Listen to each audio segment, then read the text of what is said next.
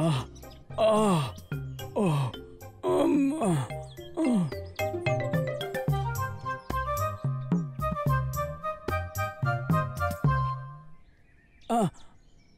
ও কানাই, আমি আমি এই কথাটা বুঝতে পারছি না যে আমি শাস্তি তো তোকে দিচ্ছিলাম, তাহলে ব্রাহ্মণ দেবের আঘাত লাগলো কি করে? দাদা, মা বলে যে অন্যের যুদ্ধে আনন্দ পায় সে এমনই শাস্তি পায়। তাহলে তুই এটা বলতে চাইছিস যে ব্রাহ্মণ দেব আমাদের যুদ্ধ দেখে আনন্দ পাচ্ছিলেন?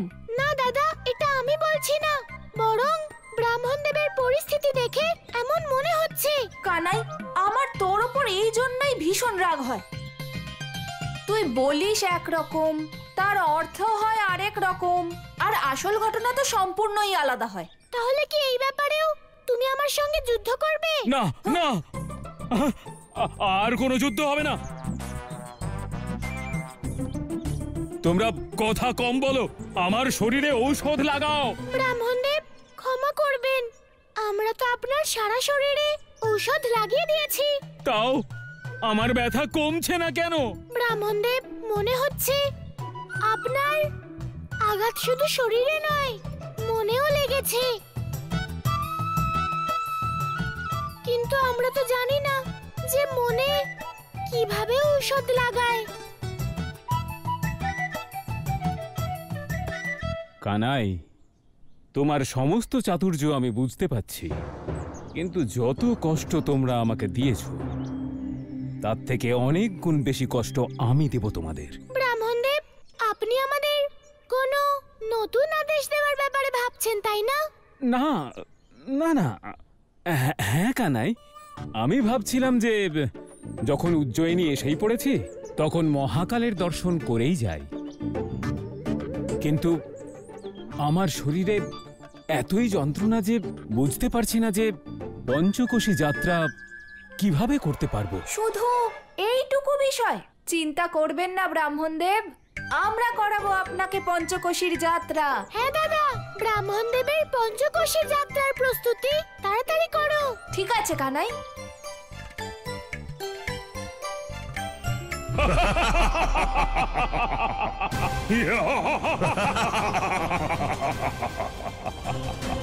এবার আমি কি করব? কিভাবে আটকাবো ধূম্র পুরুষদের?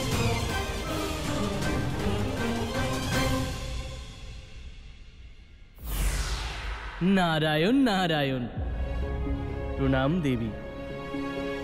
দেবর্ষি, আপনি এই যজ্ঞকুণ্ডে?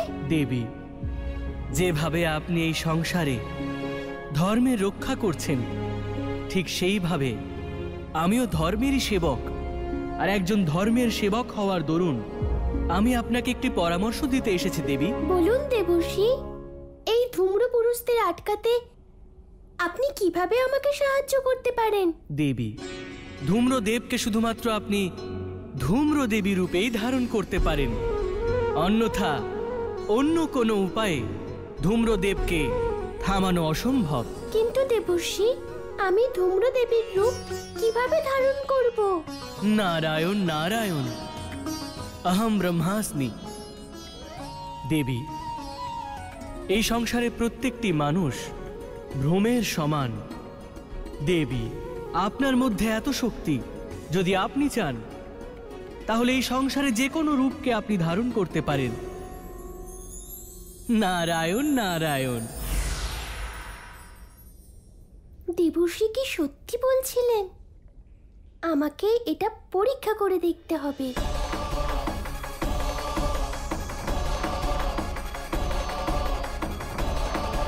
অহম ব্রহ্মাস্মি, অহম ব্রহ্মাস্মি।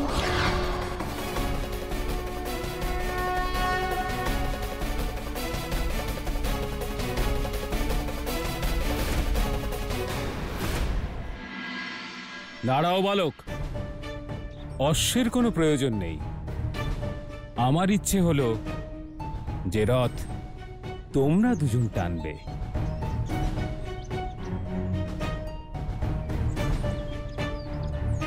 ব্রাহ্মণ দেব, যখন এই রথ টেনে নিয়ে যাওয়ার জন্য অশ্ব আছে, তখন আমরা দুজন কেন এই রথ টানবো? ব্রাহ্মণ দেব তোমার শক্তির পরীক্ষা নিতে চাইছেন। কিন্তু কানাই, যার কাজ তারই করা উচিত। এটা তো আমাদের কাজ নয়। দাদা, তুমি যখন স্বয়ং মন্দার পর্বত তুলে ফেলতে পারো, তাহলে ব্রাহ্মণ দেবের রথ টানা কি এমন কঠিন কাজ? যদি তুমি ব্রাহ্মণ দেবের রথ টানো, তাহলে উনি তোমাকে আশীর্বাদ করবেন, আর তারপর তোমার খ্যাতি সমগ্র সংসারে ছড়িয়ে পড়বে। ঠিক আছে কানাই, আমরা ব্রাহ্মণ দেবের রথ অবশ্যই টানবো।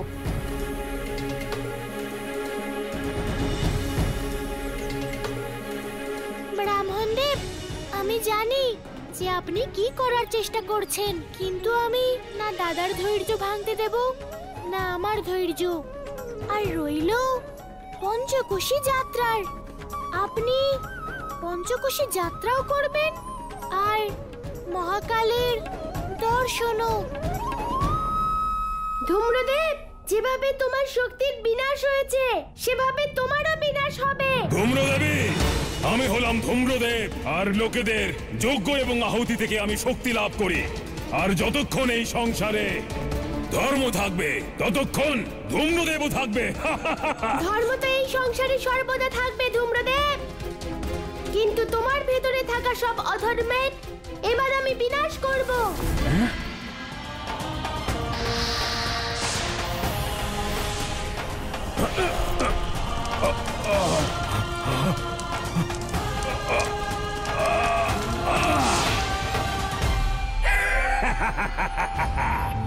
আমার বিনাশ কেউ করতে পারবে না, আর যেই আগুন দিয়ে তুমি আমার বিনাশ করতে চাও, সেটা আমারই সম্পদ। ধূম্রদেব, স্মরণ করো, সমুদ্র মন্থনে উঠে আসা বিষে দেবতা, দানব, সারা সংসার যখন ত্রাহিমাম ত্রাহিমাম করছিল, তখন সংসারের কল্যাণের জন্য মহাদেব সেই বিষ ধারণ করেছিলেন। সেভাবে অধার্মিক ধূম্রপান করে আমি তোমার অধর্মের বিনাশ ঘটাবো, যাতে সংসারে যখন যজ্ঞ হবে, তুমি আমার দ্বারা পবিত্র ধূম্র রূপে কেবল জগতের কল্যাণ করবে। ধূম্রদেবী, তুমি এরকম করতে পারো না।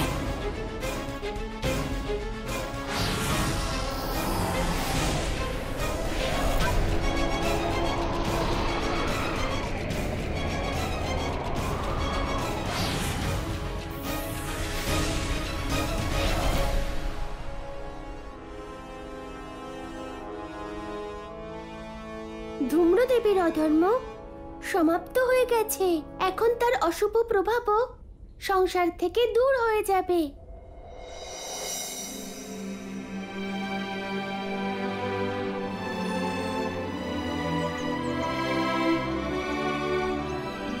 রাধা,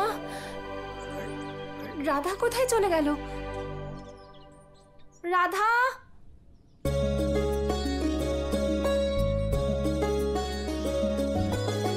जो संसार के संगी साथी, जो संसार के संगी साथी, दुर्वासा के बने सारथी। सेवाधर्म कर्तव्य को सींचे, कान्हा दाऊ रथ को खींचे, मंशा मुनि की मोहन जाने, फिर भी उनकी आज्ञा माने। हे कान्हा गोचर, सदा अग्रसर धर्म के पथ पर। কানাই, বলরাম, শীঘ্রই তোমাদের এই বিজয় হাস্য পরাজয়তে পরিণত হবে, কেননা সামনে যে সময় এবং পথ আসতে চলেছে, দুটিই অত্যন্ত প্রতিকূল।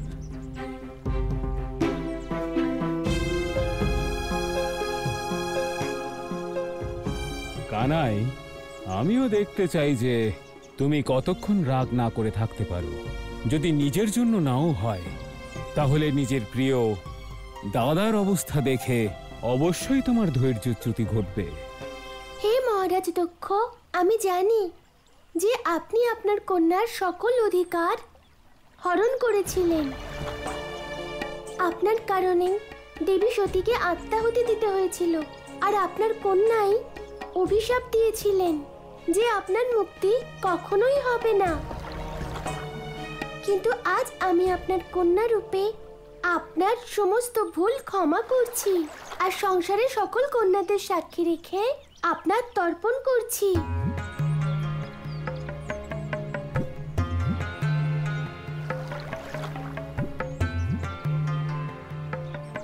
ওং মগন জন্তু মে দক্ষমারাজীবম গ্রহন্তু জলাঞ্জলিম।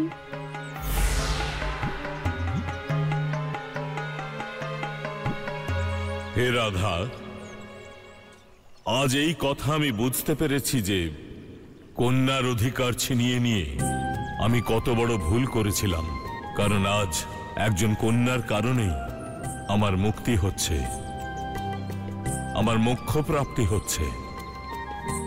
বলো কন্যা, আমি তোমার জন্য কি করতে পারি? মহারাজ দক্ষ, পিতার আদেশ না মানার জন্য আমি পিতৃদোষে দোষী হয়েছি, যা শুধু একজন পিতাই ক্ষমা করতে পারেন। মা রাধা, আমি রাজা দক্ষ একজন পিতা হিসেবে তোমায় অভিশাপ মুক্ত করলাম এবং কামনা করছি যে আগামী দিনে নারীরা যেন তাদের পূর্ণ অধিকার পায়, যাতে এই সংসারে কোনো পিতা যেন দোষী না হয় আর কোনো কন্যা অপরাধী।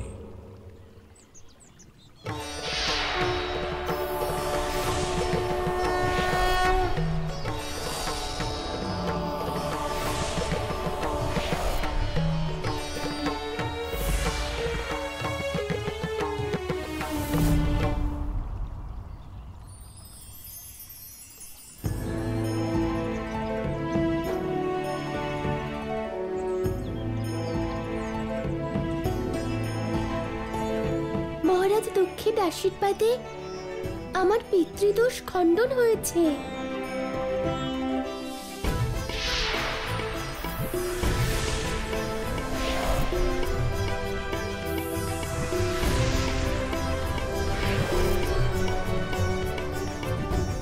দাদা, কোনো কষ্ট হচ্ছে না তো? না কানাই, তুই তো নিজের দাদাকে চিনিস। কষ্ট হলে হোক, কিন্তু ব্রাহ্মণ দেবের পঞ্চকোশী যাত্রা যেন অসম্পূর্ণ না থাকে। হ্যাঁ দাদা।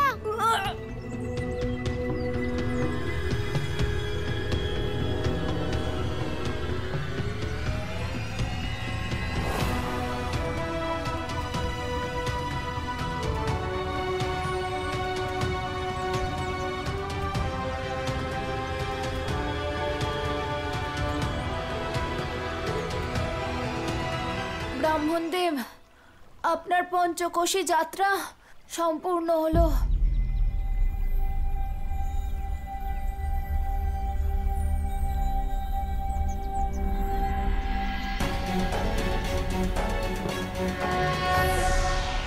রাধা,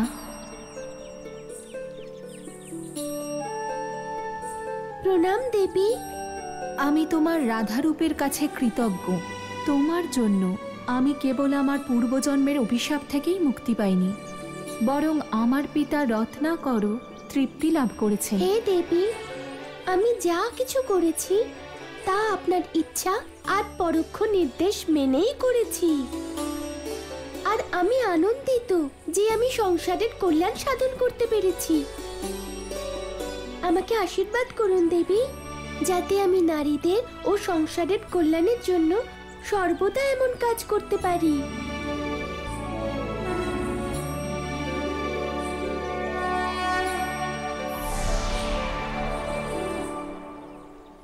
রাধা মা,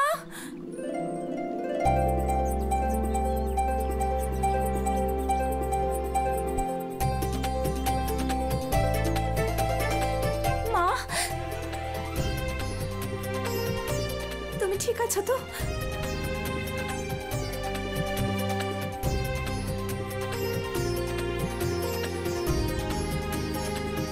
রাধা মা, তোমার জন্যই কঙ্খলের এতদিনের কুপ্রথা বন্ধ হলো। আমরা তোমার কাছে কৃতজ্ঞ থাকব। কাকা, আমি তো সত্যিকারের আনন্দ সেই দিন পাবো যেদিন শুধু কঙ্খল নয়, সমগ্র সংসারে নারীদের উপর হওয়া অত্যাচার বন্ধ হবে। নারীরা স্বাধীনতা এবং সমান অধিকার লাভ করবে।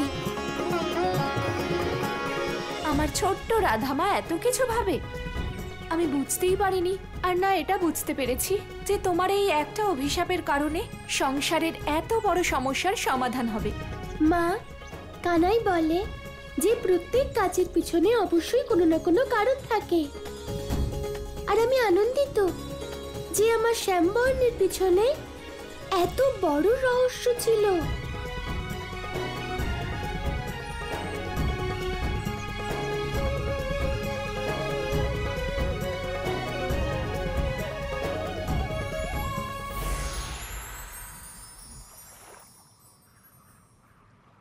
দেবগণ, আজ আপনারা কোন সমস্যা নিয়ে এসেছেন, যা বলতেও আপনারা সংকোচ করছেন?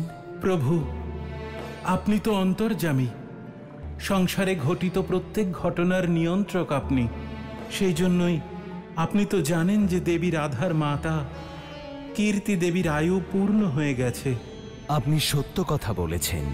এখন দেবী কীর্তির গোলকে যাওয়ার সময় হয়েছে।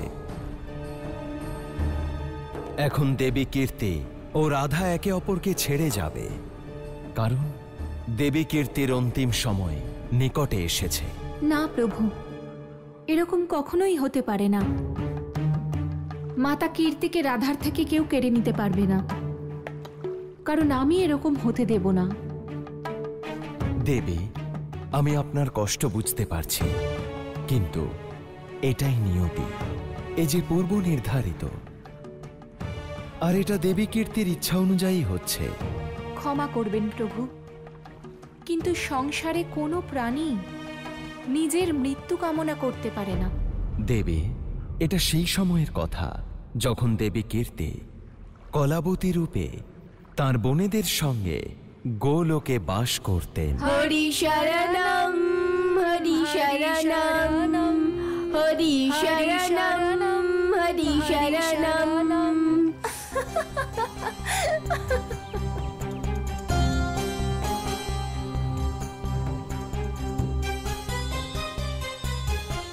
কি ব্যাপার ব্রাহ্মণ কুমারেরা, আপনারা কোথায় যাচ্ছেন? দেবী, আমাদের পথ দিন। এই গোলকে আয়োজিত জ্ঞান চর্চায় আমরা প্রধান অতিথি। আপনারা মুখ্য অতিথি? দেখুন বালকেরা, এখন কিছুদিন পর্যন্ত জ্ঞান চর্চা চলবে, তারপর প্রসাদ বিতরণ হবে, তখন আসবেন, ঠিক আছে? দেবী, আমাদের দেরি হচ্ছে। আমাদের এই সংসারের সব থেকে বড় জ্ঞানীর পদ নির্ধারণ করতে হবে। দয়া করে আমাদের পথ ছাড়ুন।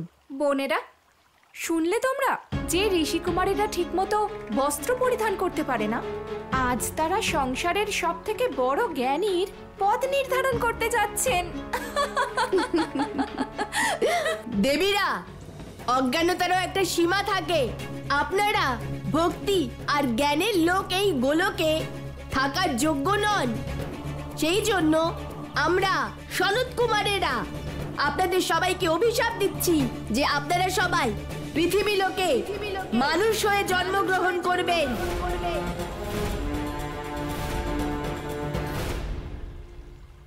হে সনত কুমারেরা, হে ব্রহ্মা কুমারেরা, আমাদের ক্ষমা করে দিন।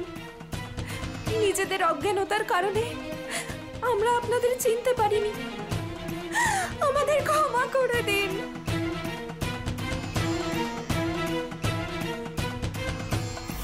নারায়ণ নারায়ণ।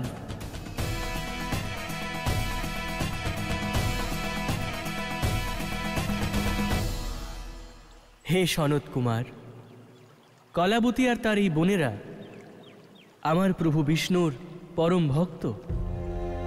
এদের চিরকালের জন্য গোলক থেকে বের করে দেওয়া যেতে পারে না। এই জন্যে দয়া করে এমন কোনো উপায় বলুন যাতে কলাবতী আর তার এই বোনেরা গোলোকে পুনরায় ফিরে আসেন। দেবর্ষি, কিছু সময় পরে শ্রী হরি কৃষ্ণ অবতার হতে চলেছেন। সেই সময় দেবী কলাবতী লক্ষ্মী অবতার রাধার মায়ের রূপে জন্মগ্রহণ করবেন। তবে উনি স্বল্পায়ু হবেন আর মৃত্যুর পরে শীঘ্রই গোলকে ফিরে আসবেন। আপনাদের অসংখ্য ধন্যবাদ সনত কুমারগণ, অসংখ্য ধন্যবাদ। দেবী, এটাই যে নিয়তি, আর এতে আপনার মা দেবী কীর্তিরই লাভ। আপনি যাই বলুন না কেন, রাধা এবং মাতা কীর্তিকে, এক কন্যা এবং তার মাতাকে আমি কখনো আলাদা হতে দেব না, কখনোই না। দেবী, আপনি নিয়তিকে পরিবর্তন করতে পারেন না, কিন্তু রাধার জীবনে আসন্ন সব থেকে বড় অভাবকে আটকানোর চেষ্টা অবশ্যই করতে পারি।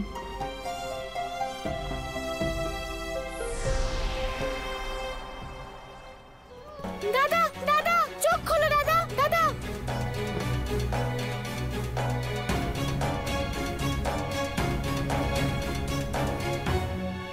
ব্রাহ্মণদেব, আপনি দাদার জন্য চিন্তা করবেন না, আপনি আদেশ করুন যে কি করতে হবে। প্রভু ক্ষমা করবেন, আমি ঋষি দুর্বাসা ব্রাহ্মণ রূপে আপনার পরীক্ষা নিচ্ছিলাম। এ আমার অজ্ঞানতা ছিল। আপনি সৃষ্টির মূল, জগতের পালক, সাক্ষাৎ নারায়ণের পূর্ণ রূপ আপনি। ঋষিবর, ঈশ্বর ততক্ষণ স্বীকৃতি পায় না যতক্ষণ না আপনার মতো জ্ঞানী পুরুষ তাকে স্বীকার করছেন। আমি প্রসন্ন হয়েছি যে আপনি আমায় স্বীকার করলেন। প্রভু, আমার জন্যই আপনাকে এই পঞ্চকোষীর পথে খালি পায়ে চলতে হলো। এবার আমি ঋষি দুর্বাসা আপনাকে বর দিচ্ছি যে যে ব্যক্তি এই পঞ্চকোষীর পথে আপনাকে স্মরণ করতে করতে যাবে তার সকল মনস্কামনা পূর্ণ হবে।